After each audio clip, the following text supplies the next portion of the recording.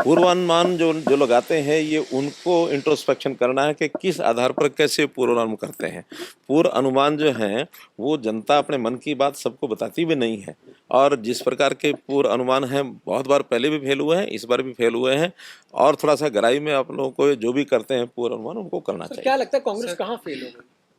ये तो कांग्रेस वालों से पूछना पड़ेगा आपको। सर आपने आरोप लगाया है कि स्लो काउंटिंग किया जा रहा है, कई चुनाव आयोग नतीजों को रोक रहा है, नतीजों को लेकर ये तो कभी कभी हमको भी लगता है कि कांग्रेस वाले जब हार देख रहे थे तो कहीं ना कहीं इस चीज़ में कैसे कोई बोला जाए कुछ, क्योंकि हमारे मुख्यमंत्री जी ने पहले जैसे कहा कि दिन आएगा जब जनता देगी उनको जवाब, और ये एक ही बात कहेंगे कि ये ईवीएम खराब। सर आपने जब वोटिंग के दिन हमसे बात करी थी तब बिरादरी उनके साथ है, क्या 36 बिरादरी ने कांग्रेस का साथ नहीं? मैं अपनी बात कह सकता हूँ, मेरे से कांग्रेस की बात क्यों पूछे, आप उनसे पूछिए। सर, मुझे पता है कि हमने हरियाणा में जब 2014 में चुनाव लड़ा था, मैंने स्वयं से एक नारा दिया था, हरियाणा एक हरियाणवी एक।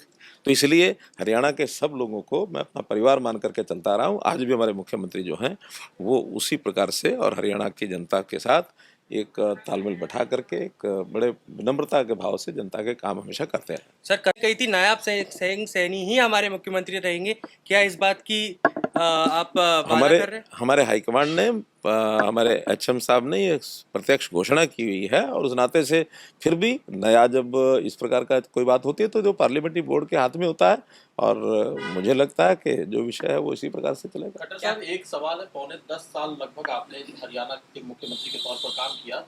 आज जब चुनाव हुए तो कुमारी शैलजा ने कहा है जब रिजल्ट आया कि उनसे आकलन में कहीं ना कहीं गड़बड़ी हुई है, कांग्रेस पार्टी से गड़बड़ी हुई है। क्या शैलजा और हुड्डा साहब के बीच जो मीडिया में भी चल रहा था कि कुछ ना कुछ तनातनी है, उसका असर भी पड़ा है?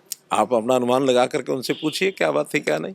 मैंने जो कहना था अपने हिसाब से मैं पहले कहा था, और वही बात पर आज भी हूँ मैं कि हमारी पार्टी एकजुट होकर के और अपने पक्की नीतियों के हिसाब से काम करती है, जनता में उसका असर जाता है। 9 सालों के काम, आपके कार्यकाल के दौरान जो काम हुए उस पर मोहर लगी है जनता की, आपको लगता है? भारतीय जनता पार्टी का जो भी 10 साल का कार्यकाल है उस सारे के ऊपर भी मोहर लगाई है। हमारे केंद्रीय नेतृत्व मोदी जी की जो 11 साल केंद्र में हो गए हैं, उन्होंने जो उनकी नीतियां हैं और केंद्र की जो हमारी उपलब्धियां सब मिला करके, और भारतीय जनता पार्टी की नीतियों पर, हमारे नेता के काम पर, हमारी नीयत पर, सबके ऊपर जनता ने बोला।